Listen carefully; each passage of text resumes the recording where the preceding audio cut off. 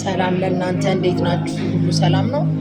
ቤተሰቦች ሁሉ ዓለም ላይም እዚህ ሀገርም ሁሉም ላይ የምትሰሙን ሁሉ አንድ እውነት ልነግራችሁ ነው ዛሬ።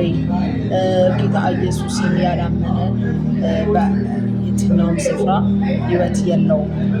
በድኑ ነው የሚጓዘው። ኢየሱስን የያዘ ሰው ለዘላለም ይኖራል። በሕይወት በሰማይ ይኖራል፣ በምድርም ሕይወቱ አብቦ ይኖራል።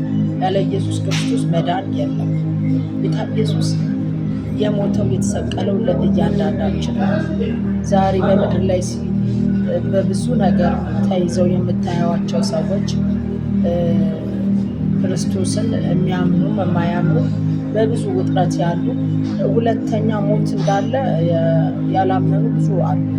ሁለተኛ ሞት አለ። ያንን ሞት ዛሬ ነው በሕይወት እያለን እንዳንሞት ማስተካከል ያለብን። መዳን ዛሬ ነው። የመዳን ቀን ዛሬ ነው። ክርስቶስ የደህንነት እንትናችን ነው፣ ቤዛችን ነው፣ ኃይላችን ነው። ክርስቶስ የሞተው ለእኔና ለእናንተ ነው። ወንድሞች፣ እህቶች፣ እናቶች፣ አባቶች በዚህ በሚዲያ የምታዩ ሁሉ ክርስቶስ የሞተው ለእኔ ለእናንተ ለዓለም ሁሉ ነው። እኛ ለምንጠላው፣ እኛ ለምንወደው፣ ለሁሉ እኛ ለማናቀርበው፣ እኛ ለምንሸሸው ክርስቶስ ማንንም አይሸሽም። ክርስቶስ ይወዳል። ጥልቅ ነው ፍቅሩ። ከባድ ኃጢአት ነው የምትሉትን ሁሉ በደሙ ይደመስሳል። ለእሱ የሚከብድ ነገር የለም። ክርስቶስ በብዙ በደል ብንሆንም ይምረናል፣ ይራራልናል። ግን ይቅርታ እንዲያደርግልን ምህረት አድርግልን ብለን መናገር አለብን። በፊቱ መውደቅ አለብን። ፍቃዳችንን መስጠት አለብን። እግዚአብሔር የፍቃድ አምላክ ነው። ክርስቶስ ፍቃዳችንን ይፈልጋል። ሳንፈቅድ በግድ ወደ እኔ አይልም። ለምን? ምርጫ አለ። እዚህ ጋር ዓለም አለ፣ ሰይጣን አለ። እዚህ ጋር ደግሞ ክርስቶስ አለ። ክርስቶስን ስትፈልጉ በፍቃደኝነታችሁ ፍቃዳችሁን አይጋፋም። ሰይጣን ብቻ ነው ፍቃድን የሚጋፋው። ክርስቶስን ስትወድና አቋምን ስትወስን ለክርስቶስ ፍቃድን ስጪ ፍቃድሽን። ክርስቶስ የፍቅር አምላክ ነው። ዮሐንስ ወንጌል ምዕራፍ 3 ቁጥር 16 ላይ በእርሱ የሚያምን የዘላለም ሕይወት እንዲኖረው እንጂ እንዳይጠፋ ክርስቶስ አንድያ ልጁን እስኪሰጥ ድረስ እንዲሁ ዓለምን ወዷልና ይላል መጽሐፍ ቅዱስ። ምን ልላችሁ ነው? የመዳን ቀን ዛሬ ነው። ዛሬ በጤና እያለን በጤና እየሄድን በሕይወት እያለን እስትንፋሳችን እያለ እየተንቀሳቀስን ዛሬ ክርስቶስን እንውደድን። በአፋችን ቃል ገብተን ለክርስቶስ እንገዛ። ከአንተ ሌላ ማንም የለም ብለን ለእሱ እንገዛ። ክርስቶስ ዛሬ ነፃ ያወጣናል። በተያዝንበት በተለያየ ነገር ነፃ ያወጣናል። በምድሩ ቢሆን በሰማዩ ደግሞ የሰማዩ ይበልጣል። ከባዱ የሰማዩ ሁለተኛ ሞት ሰው መሞት የለበትም። ዛሬ ላይ ነው አስተካክሎ መሄድ ያለበት። ወንድሞቼ እህቶቼ እላችኋለሁ፣ እናት አባቶቼ በሕይወት መኖር ያለብን ዛሬ እየተንቀሳቀስን እያለን የሰማዩን ማስተካከል አለብን። ማለት ከሞትን በኋላ መግቢያችንን የት ነው ብለን እንትን ማለት የለብንም። በሰማይ ወደ ክርስቶስን መግባት ካለብን ዛሬ ላይ ከክርስቶስ ጋር ተስማምተን ዛሬ ላይ ንስሐ ገብተን ከእግዚአብሔር ጋር ተስማምተን ይቅር በለን ከአንተ ውጭ አምላክ የለም ብለን ፈቃዳችንን ለእሱ ሰጥተን ለእሱ ተገዝተን ለእሱ ሰግደን ለእሱ ዘምረን ለእሱ አገልግለን እንደሚገባ እንደ ፍቃዱ ኖረን እንለፍለት ወገኖች። በጣም የሚገርማችሁ ነገር እኔ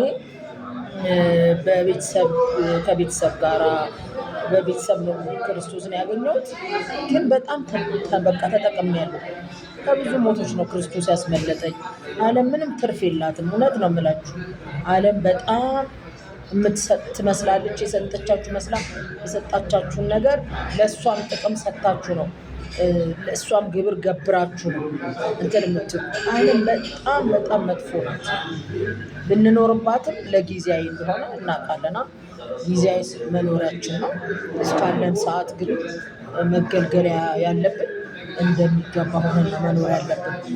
ራሳችንን እንትን ብለን ለእግዚአብሔር የበለጠ ብንሰጠው ጊዜያችንን፣ ብራችንን፣ ልጆቻችንን፣ ቤተሰቦቻችንን ለእሱ አስገዝተን እውነት እንዴት ደስ እንደሚል በክርስቶስ መኖር። እውነት እንዴት ሐሴት እንደምታደርጉ ነፍሳችሁ። እኔ አሁን በቃ ሁሌ ሀብታም ነሽ በጣም ብር አለሽ ምናምን፣ እኔ ሞገሴ ክርስቶስ ነው። የሚገርማችሁ ነገር ምንም ነገር የለኝም ያለ ክርስቶስ። ማንም ዋስትና ሊሆናችሁ አይችልም። ቤተሰብ አለ። ቤተሰብ ለእኔ ነገር የሆነ ነገር በሆን እንትን አይለኝም። ለስጋ ነው ቢሯሯጡ፣ ለነፍሴ ግን ክርስቶስ ነው። ገባችኋል? ክርስቶስ ነው ለሁሉ ነገር የሚሆነው። እውነት ይሄ የሚጣፍጥ ህይወት የሰጠኝን ክርስቶስን ነው የማካፍላችሁ። ወገኖቼ ተካፈሉ፣ ከዚህ ህይወት ህብረትን አድርጉ። መዳን በክርስቶስ ነው። በአካባቢያችሁ ባለ ወንጌላዊት ቤተክርስቲያን ሄዳችሁ በቤታችሁ መጽሐፍ ቅዱስን አንብባችሁ ጌታን ተገናኙ። ክርስቶስን ሪሌሽን አድርጉ ከክርስቶስ ጋር። ባይብል አንብቡ። የአልዓዛር አምላክ አራተኛው ቀን አልዓዛርን ከሞት ያስነሳ የእናንተንም ነገር በህይወት ያኖራል፣ ያስነሳል። እውነቴን ነው የምላችሁ። ክርስቶስ በጣም ደስ የሚል ሞገስ ያለው ህይወትን ያስኖራችኋል፣ በምንም ነገር ሳትጨነቁ። እኔ አሁን ሁልጊዜ ሀፒ ነኝ። የሚያውቁኝ ሰዎችም ይናገራሉ። ምንድን ነው የደስታሽ ምንጭ ይላሉ። የደስታዬ ምንጭ ክርስቶስ ነው፣ እግዚአብሔርና እግዚአብሔር፣ ሌላ ምንም ምንጭ የለኝም። ደስታን ይሰጣል ክርስቶስ፣ የውስጥ ሰላም ይሰጣል ክርስቶስ። እውነት አይቼዋለሁ የምላችሁ። ከምንም በላይ ብቸኝነትህን ይጋራል። በብዙ ነገር ሁሉ ነገር ይሆናል ክርስቶስ። እና ምን ልላችሁ ነው፣ ዛሬ ላይ ህይወታችሁን ነገር አስተካክሉ። ያለ ክርስቶስ ደህንነት የለም። ዓለም ስሚ፣ ሴጣን ስማ። ወዳችሁና ፈቅዳችሁ እሺ የምትሉ ሰዎች ደግሞ ንስሐ መግባት የምትፈልጉ ሰዎች ኢንቦክስ አድርጉልኝ፣ ጻፉልኝ። ይሄንን ጌታ መቀበል እንፈልጋለን የምትሉ ደውሉልኝ። በአካባቢያችሁ ደግሞ ባለ ወንጌላዊት ቤተክርስቲያን ሄዳችሁ ህብረትን አድርጉ። በዛ ክርስቶስን አምልኩ። ጌታ ኢየሱስ ይወዳችኋል፣ ቤተሰቦቻችሁን ይወዳል፣ እናንተን ይወዳል። እግዚአብሔር ዘመናችሁን ይባርክ። ተባረኩ። ሰላም ሁኑልኝ። ሰላም ያገናኘን።